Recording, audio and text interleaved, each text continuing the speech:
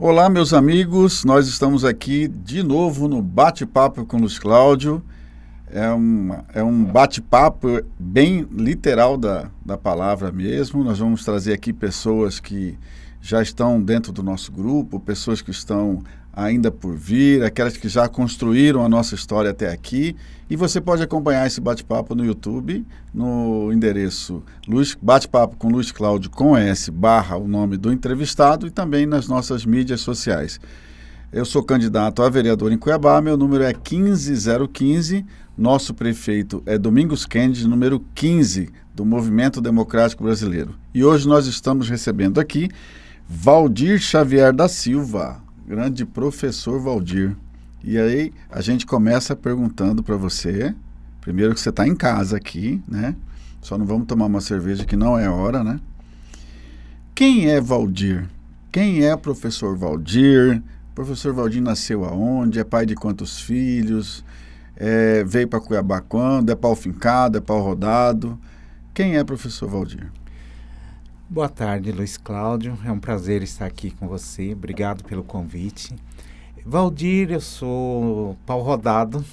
Eu sou do Paraná, sou da cidade de Cambé, mas eu vim muito cedo para o Mato Grosso. Eu vim para a cidade de Tangará da Serra com meu pai, depois de uma geada gigante que teve no Paraná. Meu pai ficou muito desgostoso, nós éramos plantador de café, e meu pai queria vir para um lugar que não geava, e escolheu Mato Grosso, que é um lugar muito quente que não gia. E cheguei aqui com os 9 anos de idade e fiquei na região de Tangará da Serra até mais ou menos meus 17 anos, onde entrei para o seminário dos freis da Ordem dos Frades Menores Capuchinho, por onde fiquei 10 anos.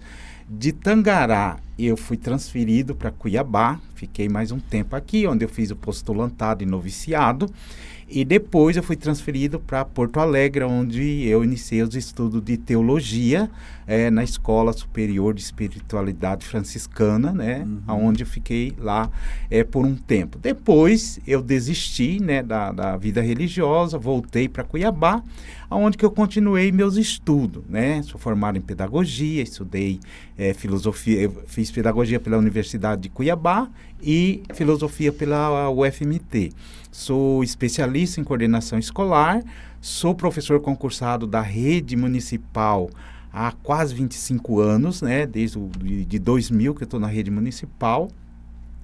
Também sou do Conselho Municipal de Educação, já há quase 8 anos, sou conselheiro representante do colegiado de diretores, né, das escolas municipais, né, e faço parte de algumas comissões do Conselho Municipal de Educação. Também sou ator de teatro, é uma das minhas paixões, né, gosto muito do teatro.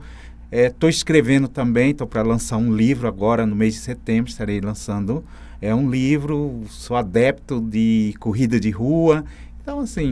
E quantos filhos?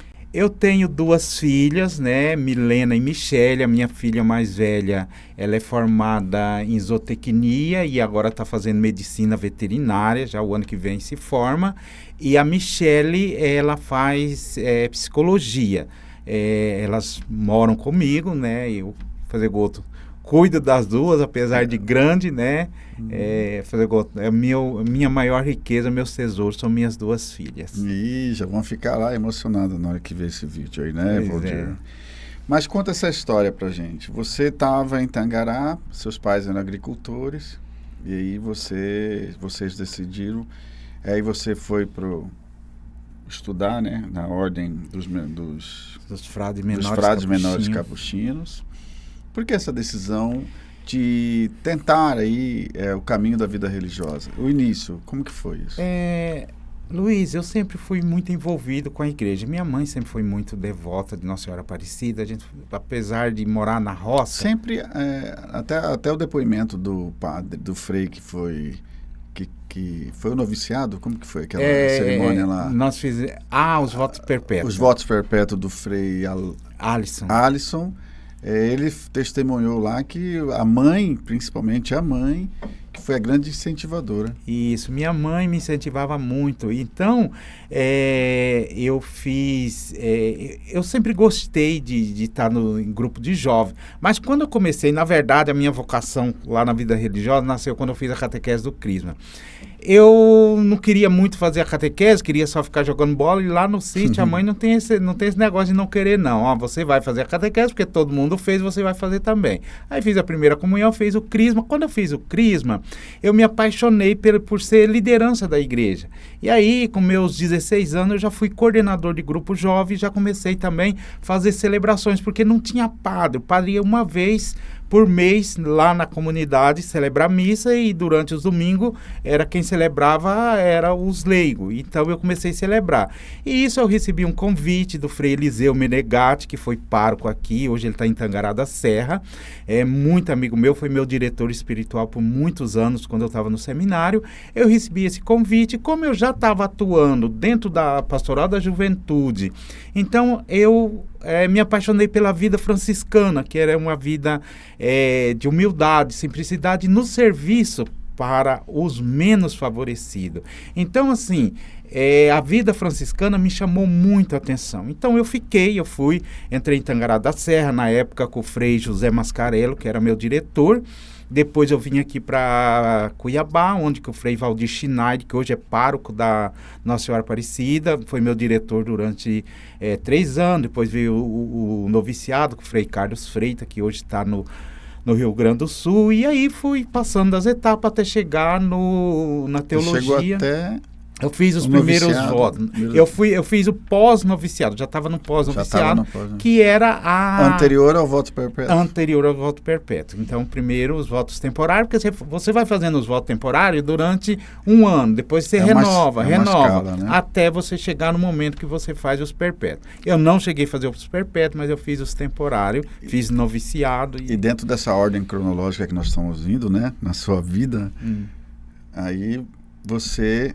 falou, não, eu vou seguir outro caminho. Como foi essa decisão? Então, foi uma decisão muito difícil. Imagino. Muito difícil. Eu estava lá em Porto Alegre. E eu acho que também um choque cultural, você sai aqui de Cuiabá, você chega lá na região sul. Era uma das preocupações dos freis também. Eu já era uma vocação adulta, porque quando eu fui para o seminário, eu não entrei pequenininho, eu já entrei adulto, já era liderança. E lá eu gostei, assim, eu queria muito continuar atuando. E quando você chega na teologia, você tem esse choque, por quê? Porque você tem que se dedicar exclusivamente aos estudos. Você tem que se dedicar exclusivamente à espiritualidade. E isso talvez foi o grande choque que eu encontrei. E aí comecei, aí vi que não era isso. Foi uma decisão muito difícil. Eu vim para Tangará, na época o custódio era Frei Carlos Aguanel. Ele pediu muito para mim continuar, eu fiquei uns dois meses ainda esperando, e depois eu decidi que eu não queria mesmo, né? Mas eu falando assim, Luiz... E você entrega? Eu entreguei, então assim, roupa... uma das partes mais doloridas difícil, foi quando eu entreguei, né? Meu hábito. Hábito, Depois de 2 meses na casa dos meus pais, o Frei esperando, depois ele falou, olha, tem 1 ano, se você quiser voltar, as portas estão abertas. Me fez proposta para mim ir para outros lugares, assim, graças a Deus a gente tinha um respeito muito grande, né, pelos freis, né, eu acho que, assim, eles foram fundamental na minha vida. E eu sempre fui apaixonado, tanto é que até hoje eu continuo assim com o carisma franciscano.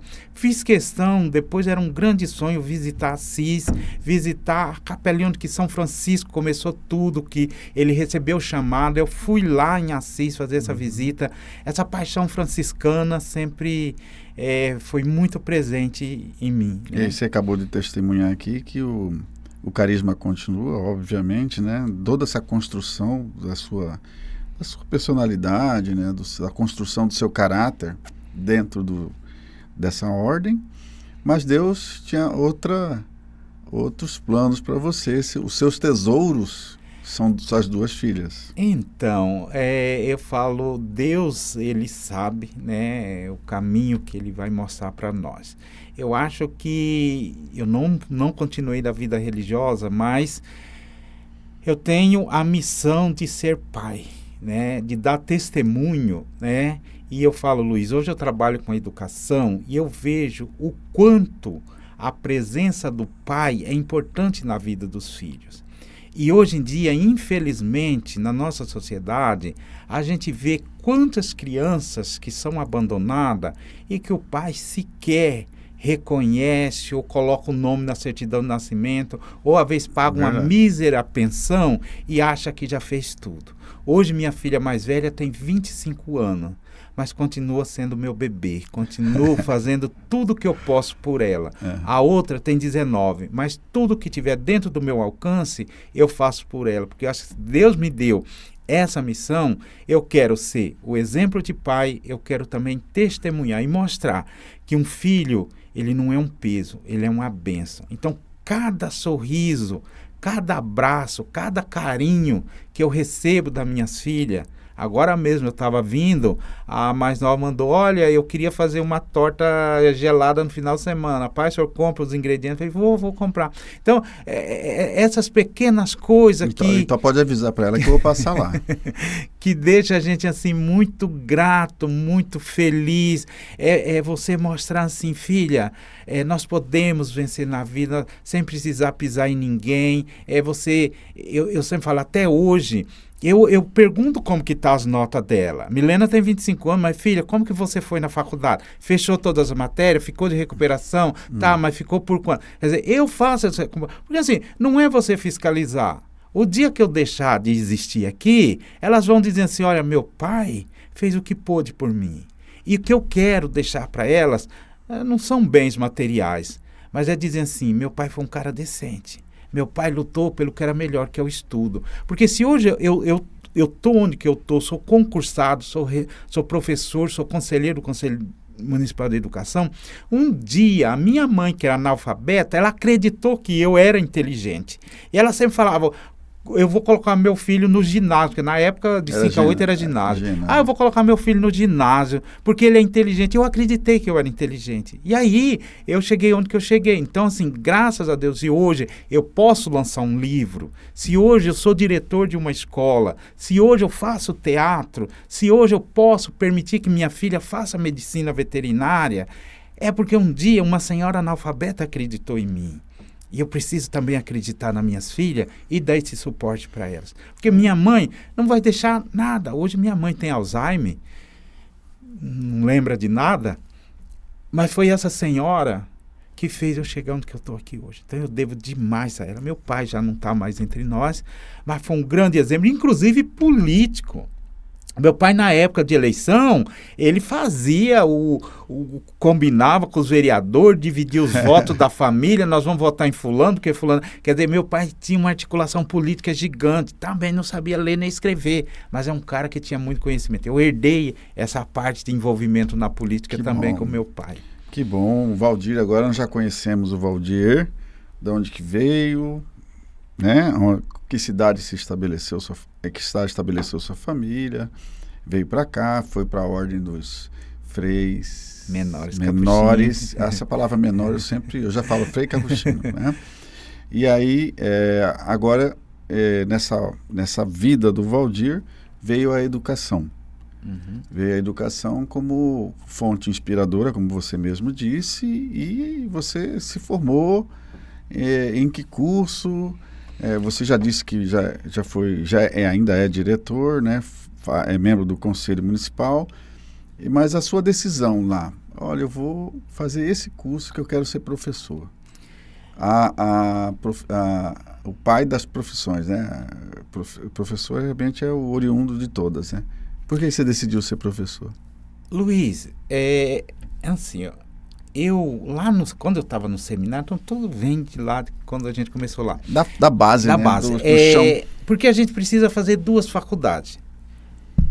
A gente precisa fazer uma dentro das áreas humanas e depois a teologia, né? Então a gente faz uma de 4 anos e a teologia 5 anos. Então para a gente se formar padre tem que ter essas 2 faculdades. Na época que eu vim para Cuiabá, aqui não tinha filosofia. Porque normalmente a gente lá no seminário a gente faz filosofia. Aqui não tinha filosofia, nem no Instituto Religioso, nem na UFMT, não tinha. Para a gente descer para o Rio Grande do Sul, os freis achavam que a gente ia ficar muito tempo e de repente a gente não queria voltar mais. Então eles tinham esse cuidado. Então nós teríamos que fazer uma dentro da área humana para depois nós descer lá para o Sul para fazer teologia. Como não tinha a filosofia, ou fazia história ou fazia pedagogia.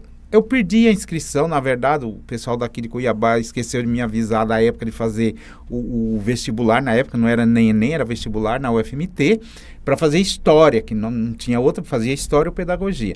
Eu não fiz o vestibular de história, peguei e me inscrevi, e eles me inscreveram no curso de pedagogia. Fiz pedagogia, fiz 3 anos, depois quando eu fui lá fazer a teologia, eu desisti. E quando voltei, aí eu terminei o curso de pedagogia. Terminei o curso de pedagogia em 99, na metade de 99. Trabalhava no comércio e um dia, indo para a Secretaria de Educação para divulgar catálogo de livro, uma senhora falou, olha, você está terminando pedagogia, vai ter concurso, por que você não faz? Eu falei, mas sabe o que é verdade? Eu estou dentro da área, eu vou fazer o curso de pedagogia. Aí comprei livros fiados, na época na editora Vozes. Comprei acho que 4 livros fiados, que eu não tinha dinheiro, numa pindaia danada, recém-casado. Milena tinha acho que 1 mês de idade. E aí foi onde que eu fiz o concurso. Terminei o curso em agosto, quando foi em novembro, saiu o concurso, fiz e passei. Eu falei, as coisas acontecem assim, de uma forma tão conduzida por Deus, que eu queria muito fazer filosofia, eu não queria fazer pedagogia. Não tinha. E quando eu vim para fazer o vestibular, eu estava tão chateado que eu não ia fazer filosofia, eu queria ir para Campo Grande. Eu falei, eu vou marcar tudo errado para mim não passar no vestibular de pedagogia. Aí o Frei Zagonel, que foi me receber na rodoviária, mas me tratou tão bem, me tratou. E eu falei, não, eu não posso fazer uma sacanagem dessa. Aí fui, fiz o curso, passei. Em seguida, quando eu saí do seminário, eu estava passando uma situação muito difícil, porque quando você sai do seminário, você sai sem nada, você imagina. Eu estava com uma filha de 1 mês, não tinha onde morar, desempregado, e o que eu vou fazer? Aí fui lá na Unic, não sei se pode falar o nome da faculdade. Pode. E o doutor Altamiro, que na época me deu, né, uma bolsa para mim terminar o curso. Terminei o curso, terminei em agosto, em novembro eu passei no concurso. A partir disso ali a minha vida mudou. E aí a educação, ela entrou na minha vida e eu comecei a trabalhar, dando aula para as crianças pequenas. No primeiro ano já fui indicado para ser diretor de escola e hoje eu tenho mais de 18 anos mais ou menos que eu sou gestor de escola enquanto diretor e coordenador pedagógico. Então hoje a educação para mim, o que eu falo? Aquele menino que morava na roça, que um dia uma senhora analfabeta acreditou que ele era inteligente, eu falo para minhas crianças hoje. Se hoje eu sou diretor de uma escola, a educação que me transformou. Então, tudo que eu puder fazer pela educação, eu vou estar fazendo. Por quê? Porque lá dentro da escola, de famílias pobres, humildes, que passam necessidade, vai ter vários professores Valdir lá dentro, mas eles precisam de oportunidade para mostrar a capacidade deles. Então, nós estamos falando aqui com a fase em que o professor Valdir decidiu por essa área, né, de atuação. E aí, paralelo a isso, tem o teatro, né? É ator amador, ou já tem carteirinha de profissional? Já tem carteira. Olha só. Já tenho carteira. Então aí as redes, não vou falar os nomes, estão perdendo a oportunidade, né? E o atleta, né? Então... Como é que decidiu? Eu vou me apresentar nos palcos...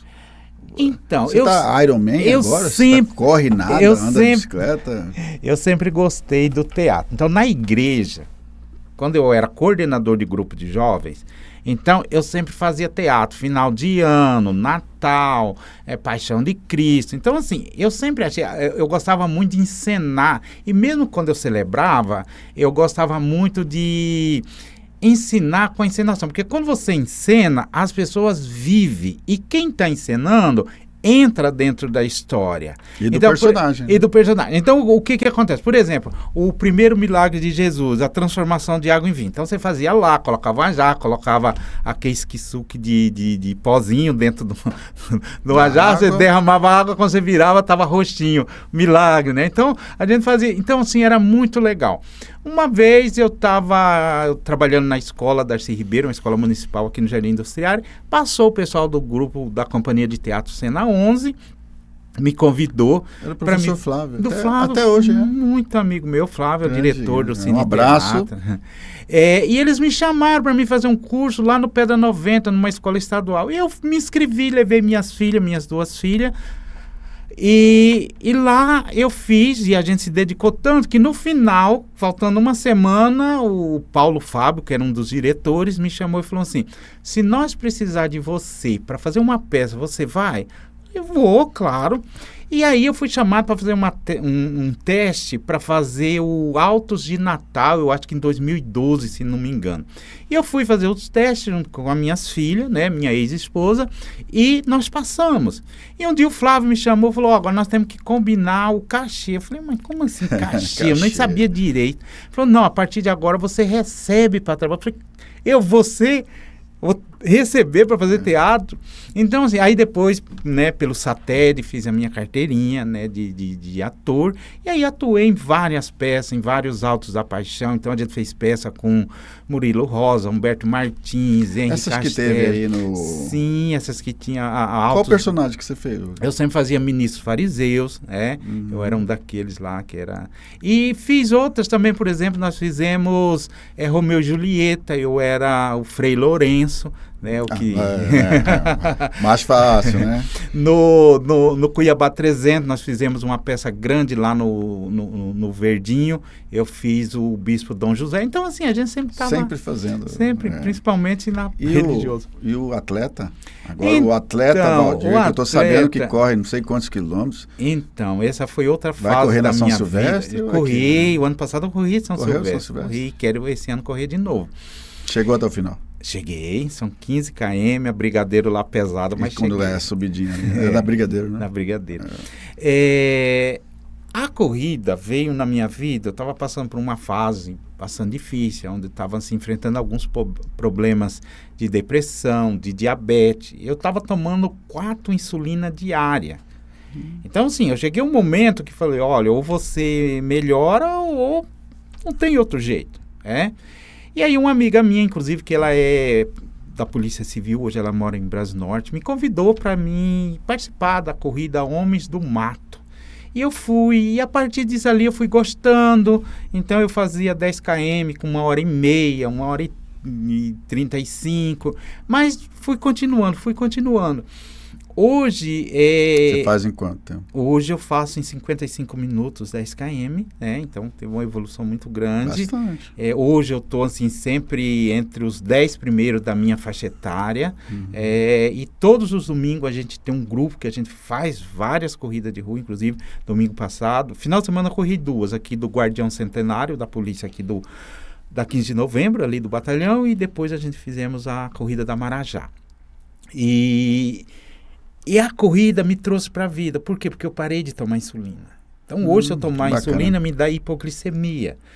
Eu recebi alta da minha psiquiatra. Eu não faço mais tratamento. Eu cheguei a tomar sertralina de 150. Então, assim, eu passei 1 ano sem remédio para ver como que ia ser minha reação.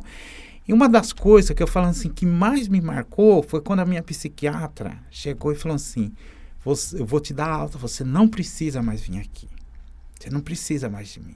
Que bom. Então, assim...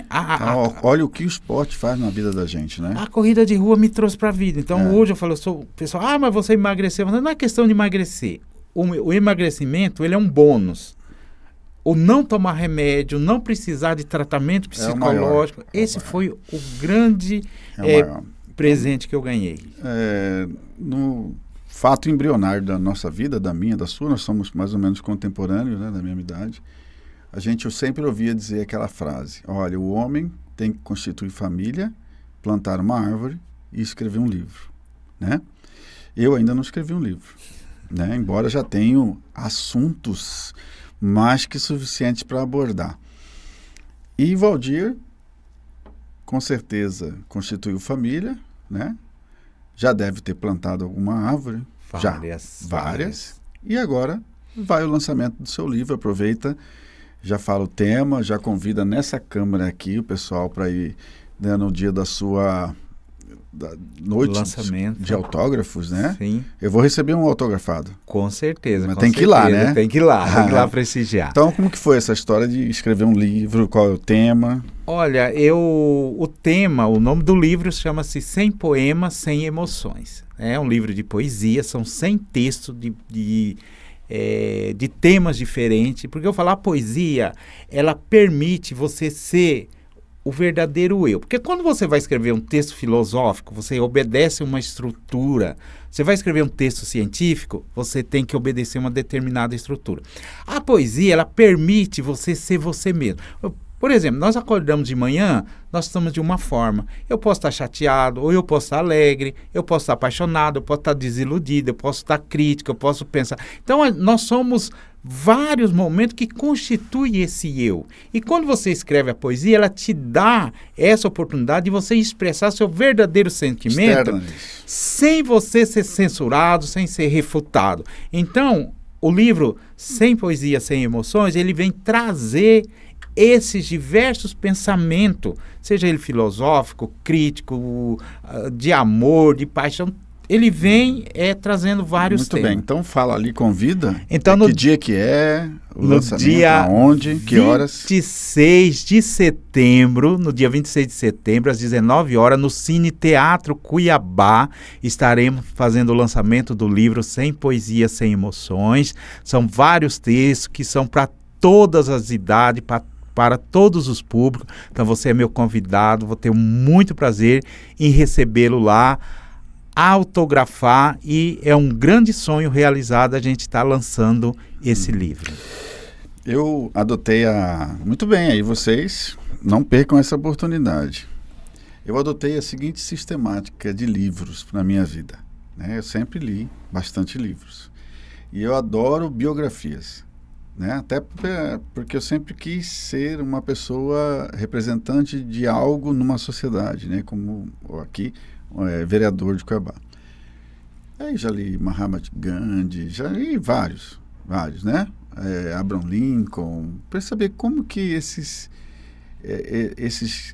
pessoas, né, como que foi a vida delas até chegar, né? Até de grandes empreendedores eu li. E eu sempre adotei a seguinte sistemática. Eu acabo de ler um livro e eu sempre carrego esse livro lido comigo. E eu converso com muitas pessoas, atendia muitas pessoas no gabinete, e quando eu me identificava com essa pessoa, que eu achava que ela poderia se interessar, eu dou o livro para ela. Eu não fico com nenhum livro. Eu acho que tem que correr mesmo. Né? Sim, sim. E aí você vai lá em casa, eu li mais de 100 já. Aí você vai lá em casa, não tem nenhum.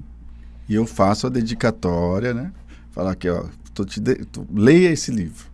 Né? Livros também de autoestima, que eu gosto também. Então, eu gosto muito disso. Então, Valdir agora está realizando um sonho, né, de lançar esse livro. Primeiro, né? Poderão vir outros, né? E também aí o viés político, né? O professor Valdir é uma pessoa respeitada no seu meio, onde vive ali naquela região sul, né? Tem referências de N e N pessoas que falam muito bem da sua conduta, da sua forma de tratar as pessoas, e politicamente sempre se envolve num processo eleitoral. E dentro desse envolvimento do professor Valdir, e para a gente finalizar nosso bate-papo, eu queria perguntar por que o professor Valdir escolheu apoiar Luiz Cláudio 15015 para as próximas eleições. Me apoiar. Por quê? Luiz, eu falo assim, sempre... Pode contar aquele almoço que nós tivemos, que você foi pronto para falar não para mim, Eu né? falo, tem algumas coisas que acontecem na minha vida que eu falo, eu tenho certeza que é direcionado por Deus. E quando eu fui conversar com você, eu tive assim várias pessoas que me procuraram pelo respeito. Eu sempre fui envolvido na política. Eu me lembro que um dos primeiros foi da época ainda do prefeito Roberto França. Eu fiz faculdade com a dona Iraci, muito amiga minha, e a partir dali me envolvi muito das eleições de Blairo Maggi, de Mauro Mendes. Todo esse pessoal passaram pela minha casa, o Hélito Fagundes, Margarete Buzetti, todo esse pessoal. Emanuel Pinheiro, um dos que mais eu trabalhei com ele, né, uma pessoa assim, muito amigo mesmo, não uma relação não só de político, mas uma relação de amizade. É o cara que vai na minha casa, toma café, pega o copo lá na pia, então assim... Heineken também? Também. Aquele lá, Heineken com então, assim, a gente construiu essa amizade. Agora, assim, várias pessoas me procuraram. Eu confesso que chega um momento que a gente está assim num certo cansaço. E quando eu fui conversar com você, eu juro que eu ia assim, eu falei, poxa, eu vou conversar com mais um, mas eu não quero, eu vou lá agradecer a consideração, o carinho, mas eu vou dizer que não vai dar para mim caminhar. Só que quando eu comecei a conversar com você, eu comecei a verificar que muitas coisas a gente tinha em comum, inclusive a questão de alguns amigos, o seu filho que estuda, faz o mesmo curso, tem várias aulas na mesma sala com a minha filha. Então, assim, a gente foi juntando isso. Outra coisa também, Luiz, que assim, foi uma das que marcou mesmo, a minha filha mais nova, né, eu estava para estar apoiando outras pessoas, e ela dizia assim, pai, eu não gostaria que o senhor fosse nesse rumo aí. E eu estava muito triste de não conseguir trazer todo mundo, porque minhas filhas são meu chão. Então, se eu não trouxesse as duas comigo, eu ia ficar... E quando eu conversei, que eu cheguei em casa, que eu expliquei para ela, Michele, falou assim, não, pai, esse dá pra gente ir junto. Então, isso para mim... Que aí veio a família, né? Aí eu me senti grandão, porque eu falei, agora tô com todo mundo. Conversei com Milena. Lembra que eu falei para você? Eu preciso conversar com as minhas filhas. Não que elas que vão decidir, mas eu acho que nós temos essa... eu sempre adotei que nós temos que conversar muito, decidir junto, porque nós estamos ali. Os perrengues, as coisas boas, quem vai viver somos nós. Então, eu preciso que elas dêem esse ok. E quando Michele falou, não, pai, vamos junto. Milena falou, nós vamos junto, pronto, está resolvido. E com isso, Luiz, a gente foi assim, eu fui cada vez te conhecendo mais, sua família, seu filho, sua esposa, e isso foi fortalecendo. Então, hoje, eu falo assim, eu estou muito tranquilo no trabalho com a sua campanha, muito tranquilo. Por quê? Há poucos dias, eu estava conversando com uma amiga minha, e eu falando, olha, eu estou apoiando um candidato X, assim, falei de você, aí ela falou assim, olha, eu não sabia quem eu ia votar. Manda o número dele para mim, eu não tenho para quem votar, eu vou com você. Então, assim, porque fica leve, é leve caminhar com você.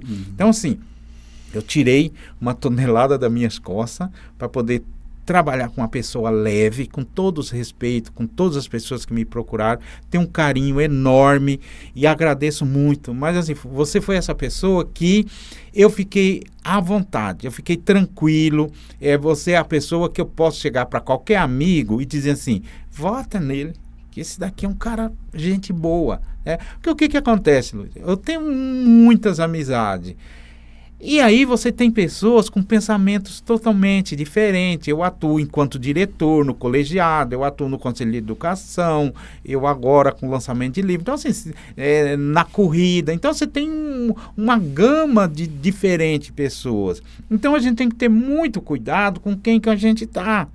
Porque não adianta eu ser uma pessoa legal, honesta, correta, fazer o que é certo, mas eu estou com uma pessoa que não inspira confiança.